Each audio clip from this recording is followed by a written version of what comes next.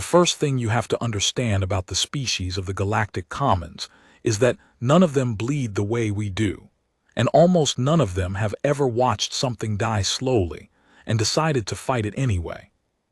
I learned this the way you learn most true things, which is to say too late in the middle of a catastrophe, with my hands already inside the problem. But the story does not start with me. It starts 40 years earlier, with the thing the Commons did to itself long before humanity ever crawled out of its gravity well. And you cannot understand why 11 alien physicians stood frozen in a med bay watching me break a man's chest to keep him alive, unless you understand the older story too. So I am going to tell you both, the way they happened, the long ago thing and the recent thing, braided together, because that is the only honest way to tell it. The recent thing is mine. The long ago thing belongs to a creature named Stillness, who was the finest physician of the Commons and who taught me everything, and who could not, in the end, do the one thing I could do, and who understood why, and who wept about it in the only way her people could weep, which was to go very still and very silent for a very long time. Let me start with the silence, because that is where it always starts. The Galactic Commons was old. Old the way mountains are old the way the light from dead stars is old. 230 species held seats in it, and the youngest of them had been spacefaring for 9,000 years before the first human ever looked up at the sky and felt afraid. They had medicine that could regrow a severed limb in a tank of nutrient gel, medicine that could rewrite a failing heart gene by gene, medicine so advanced that to call what humans did by the same word felt, to them, like an insult. And yet they died of things that should not have killed them. This was the secret rot at the heart of the Commons, the thing no member species spoke of in open session, the thing that I would not understand until I had lived among them long enough to see it with my own eyes. The species of the Commons had perfect medicine and almost no medics. Not because they lacked the knowledge, because they lacked the stomach. You have to understand where they came from. Every species in the Commons had evolved on a soft world. That is not my phrase. It is theirs, the gentle worlds, the cradle planets, and it was a point of pride for them, evidence of how fortunate and refined their origins had been. Worlds with mild weather and few predators and abundant food, worlds where life had risen slowly and comfortably into intelligence without ever having to claw its way up through a gauntlet of things trying to eat it. On worlds like that, you do not evolve a tolerance for gore. You do not evolve the capacity to look at a catastrophic injury and stay functional. Why would you? Nothing in 2 billion years of your evolutionary history ever required you to keep your wits while looking at exposed bone, because on a gentle world you almost never saw exposed bone, and on the rare occasions you did, the correct evolutionary response was to flee from whatever had caused it, not to lean in and start fixing it. So they evolved the opposite. They evolved a hardwired incapacitating revulsion, a freeze response so deep it could not be trained away, triggered by the sight of serious bodily trauma. Show a member of almost any common species a compound fracture and they would lock up, their higher functions cascading into a kind of protective shutdown, the same way a human faints at a sight too terrible to process except worse, except total, except species-wide and inescapable. They called it the stillness. It was not cowardice. They were not cowards. Many of them were brave in ways I came to deeply respect. It was a physiological wall, as involuntary as the human gag reflex, and it meant that, for all their godlike medical knowledge, the actual practice of emergency medicine, the bloody hands-on work of keeping a broken body alive in the crucial minutes after a catastrophic injury, was something almost no member of the Commons could physically force themselves to do. Their solution had been machines, automated surgical suites, trauma pods, medical drones that could do the hands-on work that living members could not. And the machines were superb, genuinely superb, as long as the patient could reach them. But here is the thing the machines could not solve, the gap that killed them, the gap that no amount of technology had ever closed in 9,000 years, the minutes. the minutes between the injury and the machine. The catastrophic accident in the cargo bay, the hull breach on the far side of the ship, the mining collapse 3 levels down from the nearest trauma pod, all the 1,000 situations where a living being is dying right now, and the machine is 4 minutes away, and 4 minutes is 3 minutes too long. In those minutes, a Commons crew could do nothing but stand in the stillness and watch their crewmate die, locked in their own revulsion, fully knowing what needed to be done and physically unable to make their bodies do it. They lost people that way constantly. It was the quiet hemorrhage at the heart of the Commons, the thing the actuarial tables knew and the open sessions did not discuss. That a galactic civilization with medicine approaching the miraculous still bled out its people in the gap between injury and treatment, because no one could bear to put their hands in the wound. And then they found us. I want to tell you about Sevenless now, because she is the bridge between the two stories, and because what happened to her 40 years before I knew her is the thing that explains everything I am about to describe. Sevenless was of a species called the Aal, a tall, fluid people who moved like water given purpose, and she was, even by the standards of her ancient and brilliant species, an extraordinary physician. She had spent 200 years mastering everything the Commons knew about the body, every species anatomy, every gene therapy and tissue regeneration and surgical technique, and she had risen to be the chief medical authority of an entire sector. And she had watched, across those 200 years, more people die in the gap than she could count, and every single one of them had broken something in her that she could not regrow in any tank. Because Sevenless was a rare thing among her people, she was an Aal who had fought the stillness her entire life. She felt it, the wall, the revulsion, the freeze. She felt it as strongly as any of her kind, but she had spent 2 centuries trying to push through it by sheer force of will, trying to be the physician who could keep working when the blood came, and she had failed every time, and every failure was a death, and she carried those deaths the way I would later learn to carry mine.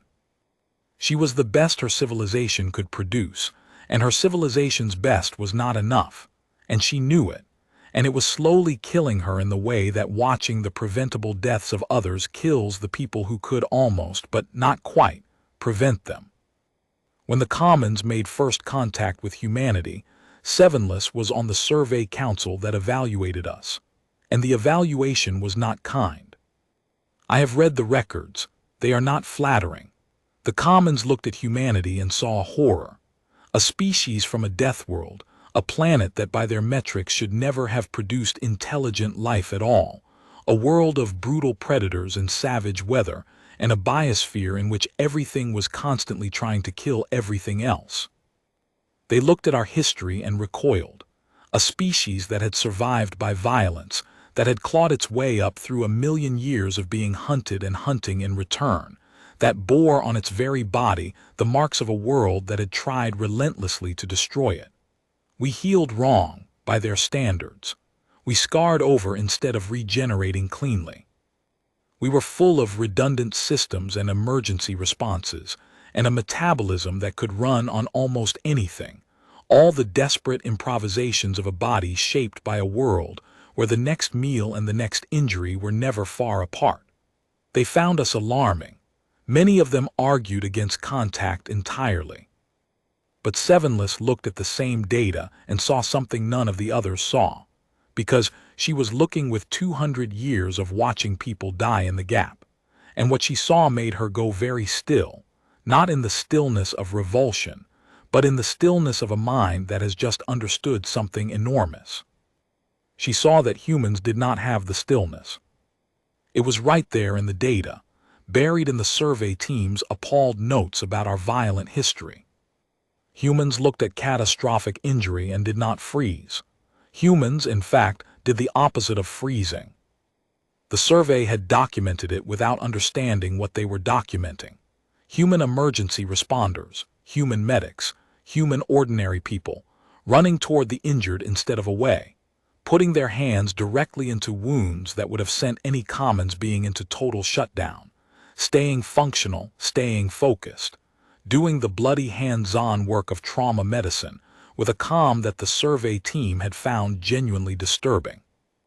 The survey had filed this under evidence of humanity's frightening Deathworld nature.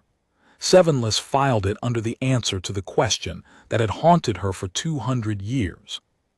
We could work in the gap, that was the whole of it. That was the thing about us that the gentle worlds could not do, and we did without even thinking about it. A human could look at the worst injury imaginable, an injury that would lock any other species in the galaxy into helpless paralysis, and instead of freezing, the human would roll up their sleeves and get to work. Our Deathworld had burned the stillness out of us 1,000,000 years ago, or rather had never let it evolve in the first place, because a species on a world like ours that froze at the sight of blood would have been a species that died. And so, we were the descendants of the ones who did not freeze, the ones who leaned in, the ones who kept their hands steady while everything went to red ruin, because those were the only ancestors a Deathworld permitted to survive. Sevenless fought for contact with everything she had. She won, barely. And when humanity was admitted to the Commons as a probationary species, it was Sevenless who requested, against the bafflement of her colleagues, to be assigned as the liaison to human medicine. Everyone thought she was wasting her brilliance on primitives. She let them think it. She had seen the future, and the future was that the oldest unsolved problem of galactic civilization, the gap that no machine had ever closed, might be closed at last by a species of Deathworld primates who could do the one thing 9,000 years of refinement had never managed, which was to keep working when the blood came. That is the long-ago story, the one that set the stage. Now let me tell you mine, because I am the one who was there in the med bay, and I am the one whose hands the 11 physicians watched, and I am the student Sevenless made before she died, and everything she saw in that survey data came true in front of me, and it was both more wonderful and more terrible than she could have known. My name is Daniel Reeve, and I was a trauma surgeon before I ever left Earth, which is to say I had spent 15 years doing the exact thing that the entire Galactic Commons could not do. I did not think of it as remarkable. That is the thing I most want to convey, because it is the heart of all of this. I did not think of what I did as remarkable. I thought of it as Tuesday. Resetting a shattered femur, opening a chest to relieve a tamponade, cracking ribs to do compressions, plunging a needle into a collapsing lung, all the brutal, bloody mechanical work of keeping a wrecked human body alive in the golden minutes after disaster. I had done 10,000 times, and it was ordinary to me. It was my job. It was a thing any competent trauma surgeon on Earth could do, and that emergency rooms full of them did every single day without anyone thinking it was a miracle. I had no idea. I genuinely had no idea when I accepted the position aboard the Commons survey vessel threshold of patience, that I was carrying with me a capability that the rest of the galaxy regarded as something close to a superpower.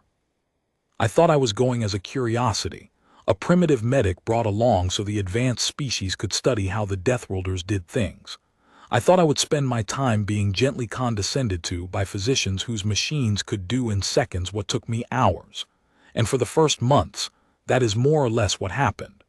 The Commons medicine was everything they had promised, miraculous, elegant, and I felt like a Stone Age flint knapper being shown a fusion reactor. Sevenless was my supervisor. She was very old by then in the last years of her long life, and she had requested me specifically, pulled my file from among all the human medical candidates, and I did not understand why until much later. She was patient with me in a way the others were not. She did not condescend. She watched me work in the ship's clinic, the routine work, the minor injuries and illnesses, and she watched with an attention that I found flattering and did not understand. She was waiting. She had been waiting, I would realize, for 40 years. She was waiting for the gap to open so that she could finally see with her own eyes the thing she had bet her reputation and the last decades of her life on. The gap opened on the day the coolant line ruptured in the threshold's engineering section. I will tell you exactly what happened because the precise sequence matters, because every second of it is burned into me. There were 9 crew working in the engineering section when a high-pressure coolant line failed catastrophically. The coolant itself was not the danger. It was inert. The danger was the rupture, the explosive mechanical violence of a pressurized line letting go, which sent a section of metal housing across the compartment at lethal speed, and which caught a crew member named Tannic across the lower body, and which did to Tannic the kind of damage that I had seen 1,000 times on Earth, and that no one aboard the threshold of patience had ever seen happen to a living person they knew. Tannic was of a species called the Reth, squat and sturdy, and the metal had caught him at the juncture of his lower limbs and torso, and it had opened him. I am not going to dwell on the gore, because the point of this is not the gore. The point is what happened in the compartment, which was that 8 Commons crew members went into the Stillness simultaneously and instantly and totally. 8 beings, every one of them more intelligent than me, every one of them carrying medical knowledge that dwarfed mine, and the sight of their crewmate's catastrophic injury dropped all 8 of them into helpless locked paralysis, their bodies physically refusing to function, their minds screaming behind walls they could not climb. They did not flee. They could not even do that. They simply locked, frozen, useless, while Tannic bled in the trauma pod was 4 compartments away, and Tannic could not be moved without killing him faster, and 4 minutes might as well have been 4 years. I was not in the compartment when it happened. I was in the clinic with Stillness. The alarm came through, and the automated systems reported the injury, and I saw Stillness go rigid, and I saw her fight it. I saw 200 years of will and 40 years of waiting all come up against the wall at once as she tried to make her body move toward the emergency. And I saw her fail, the way she had always failed, the Stillness taking even her, even the bravest and most determined of all her kind. And then I saw her do the only thing she could do, the thing she had brought me there to do, the thing she had bet everything on. She looked at me, and through the stillness that was strangling her own body, she forced out a single word. Go. I went. I did not think about it. That is the thing. I did not think about it. I grabbed the emergency kit and I ran toward the injury that 8 superior beings could not bring themselves to approach, and I did not feel brave and I did not feel remarkable. I felt the way any trauma surgeon feels when the call comes, which is a kind of cold clarity, a narrowing, the world going quiet and sharp the way it does when the work begins. I ran into that compartment and I saw Tannic opened up on the deck and 8 crew frozen around him like statues, and I did the most ordinary thing in the world. I got to work. I am going to describe what I did the way I would describe it to another surgeon plainly, because the plainness is the point, because what froze 11 physicians in disbelief was precisely how ordinary it was to me. Tannic was hemorrhaging from a major vessel. I found it and I clamped it with my hands, and then with the kit's tools, direct pressure first and then a proper clamp, the same as I would have on Earth. His airway was compromising as his body went into shock. I cleared it and I kept it open. The injury had compromised the integrity of his lower torso. I did what you do, which is you stop the bleeding you can stop. You support what you can support. You keep the blood moving and the air going, and you buy minutes. You buy the minutes that the gap is made of. You become the bridge across the gap with your own 2 hands until the machine can take over. I worked in his blood. I put my hands inside the wound. I did the brutal mechanical things that a wrecked body needs in those minutes, and some of them were violent, because trauma medicine is violent, because keeping a body alive when it is trying to die is not gentle work. It is a fight, and you fight it with everything including force, including breaking what needs to be broken to save what can be saved. And while I did it, the stillness around me began to break. This is the thing Stillness had bet on and could not have fully predicted. The stillness, it turned out, was not only triggered by the sight of trauma, it was triggered by the sight of trauma untended, by helplessness, by the spectacle of a body being destroyed with no one acting to stop it. But the sight of someone working, the sight of competent hands moving with purpose in the wound, the sight of the catastrophe being actively fought, that was something their evolution had never encountered and had no response to. And in the absence of a freeze response to a thing they had never seen, some of them slowly came back. Not all, but some. The crew chief, a being named Orth, came out of the stillness enough to follow my shouted instructions, to fetch what I needed, to be my hands where I needed more hands, because watching me work had given her something to focus on that was not the raw horror, had given her a purpose that pulled her up out of the freeze. I did not understand the significance of this at the time. I was busy. But Sevenless, watching through the compartment monitor from the clinic where the stillness still held her, Sevenless understood. And it was, she told me later, the most important thing she had seen in 200 years. That the human presence did not only fill the gap itself, but could pull others partway out of the stillness simply by giving them a model of action to follow. That one human in a crisis could be the difference between 8 frozen beings and 8 beings who could be organized into helping. We got Tannic to the trauma pod alive. Barely. By a margin measured in seconds and in the specific things my hands did in those 4 minutes. And once he was in the pod, the Commons medicine took over, and the miraculous machines did their miraculous work. And Tannic lived and eventually fully recovered, regrew what the metal had taken, walked again, because a human had been able to keep him alive across the gap until the machines could reach him. He would have died. Every analysis afterward confirmed it.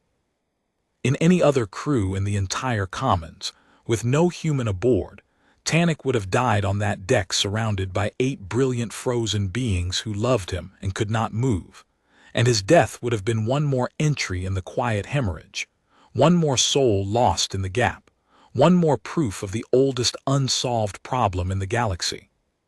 He did not die because I was there, because I did a thing I thought was ordinary.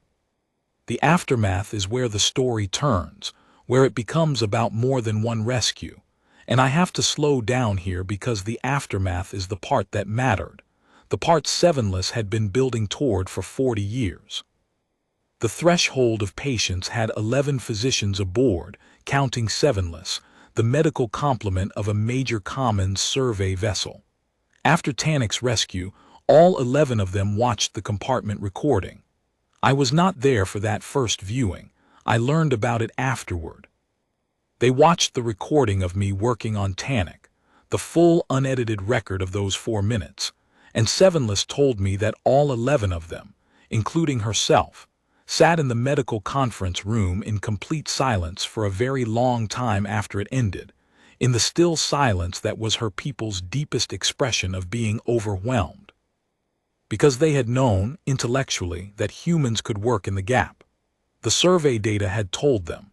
Sevenless had told them, but knowing it as data and watching it happen are different things, and watching it happen broke something open in them. 11 physicians who had each, across their long careers, stood in the stillness and watched patients die that they could not bring themselves to touch. They watched a Deathworld primate do, calmly and competently, and as a matter of routine, the precise thing that every one of them had failed to do at the worst moments of their professional lives, the thing whose failure had given each of them their own private collection of deaths to carry. And they did not feel superior anymore. They felt something much more complicated, something that I think had grief in it and awe in it, and a terrible humbling recognition. The recognition that the primitive species they had condescended to could do the one thing that mattered most, and that they could not do at all.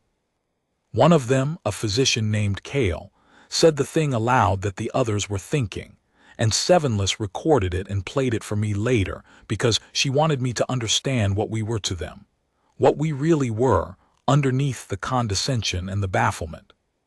Kale said, "We have spent 9,000 years building machines to do what we are too refined to do ourselves, and we called that progress, and we called them primitive. And all this time the thing we could not do, the thing our civilization is built around the absence of, they do with their bare hands and do not even think it is worth mentioning." Kale said, "Which of us is primitive?" And no one answered because the answer had rearranged itself in front of them, and they were physicians, they were honest, and they could not unsee it. This is the thing about the Deathworlder stories that the galaxy tells now, the thing they usually get wrong. They tell it as a story about human toughness, human strength, the savage Deathworlders who can endure anything. But that is not what froze the 11 physicians of the threshold of patience. It was not our toughness.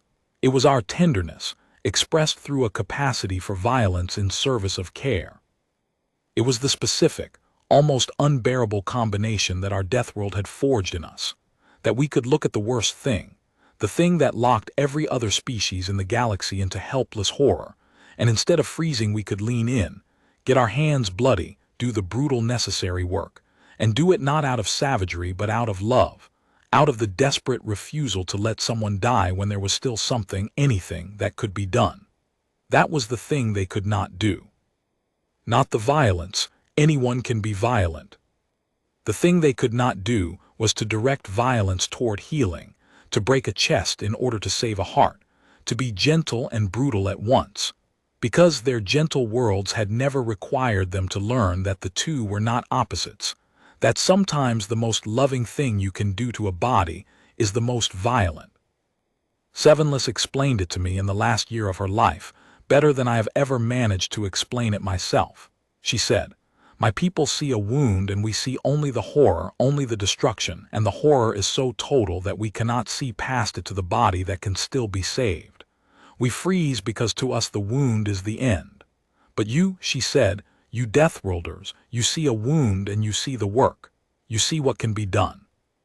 The horror is there for you too," she said. "I have watched your faces. I know the horror is there. You are not unfeeling. You feel it as much as we do. But you have something we do not have, which is the ability to set the horror aside and see the body underneath it, the living body that can still be fought for. And that ability," she said, "that is the most precious thing in the galaxy, and your terrible world is the only place that has ever produced it. And we were fools, we were such fools, to call you primitive when you carry the one thing 9,000 years of our refinement could never grow. I have thought about that for the rest of my life. The horror is there for you too." She was right. People think trauma surgeons do not feel the horror, that we are hardened, that the blood means nothing to us. It is not true. The horror is always there. I felt it with Tannic. I feel it every time. The difference is not that we do not feel it. The difference is what we are able to do while feeling it. The way our world taught us to keep our hands working even while the horror screams.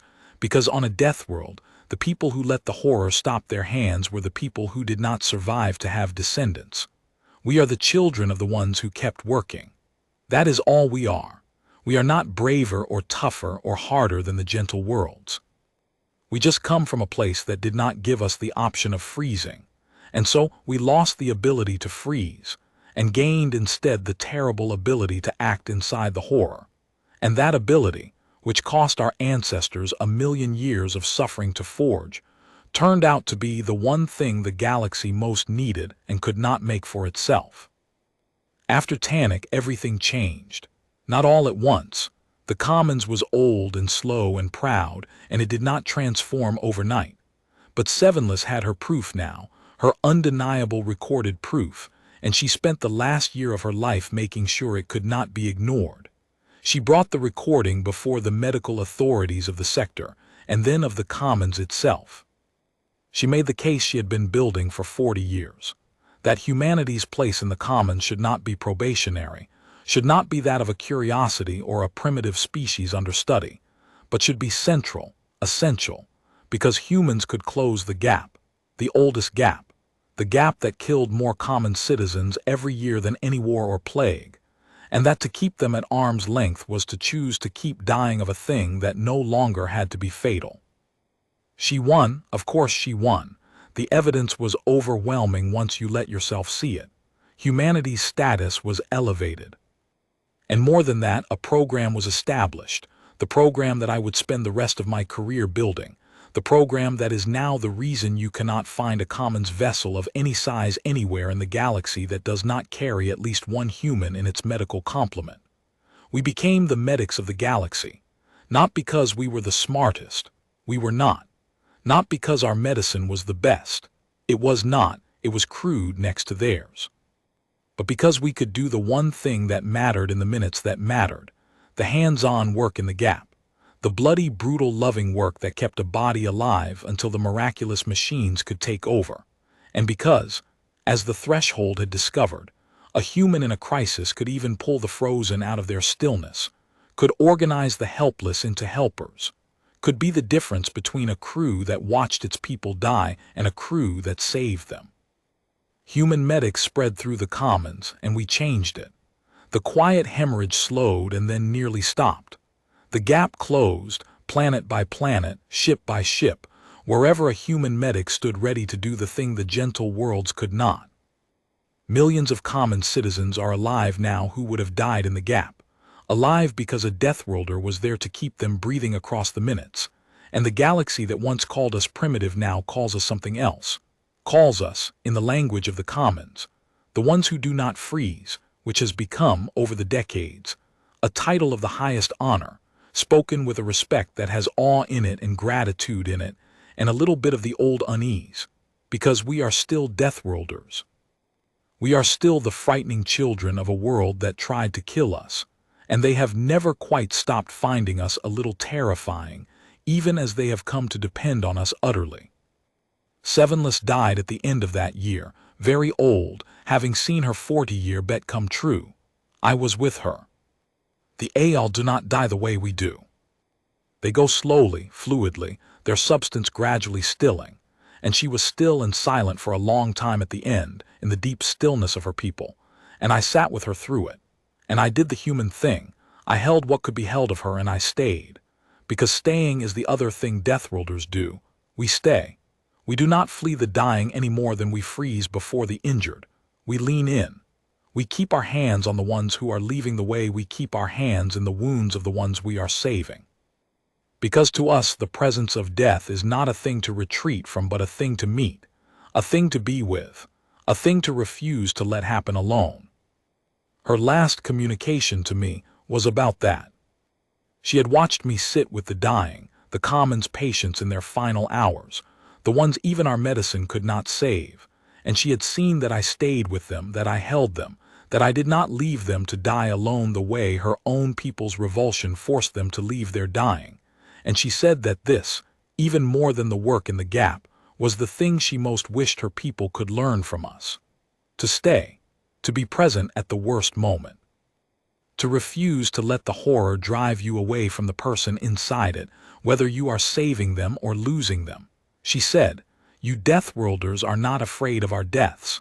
You walk toward them. You hold us while we go." And I have spent 200 years watching my people abandon their dying to the machines because they cannot bear to be present. And I think that is the loneliest thing in the galaxy, and you have shown me it does not have to be that way. And then she was still, and I stayed with her through all the long hours of her stilling, and I did not freeze, and I did not flee, and I held what could be held until there was nothing left to hold.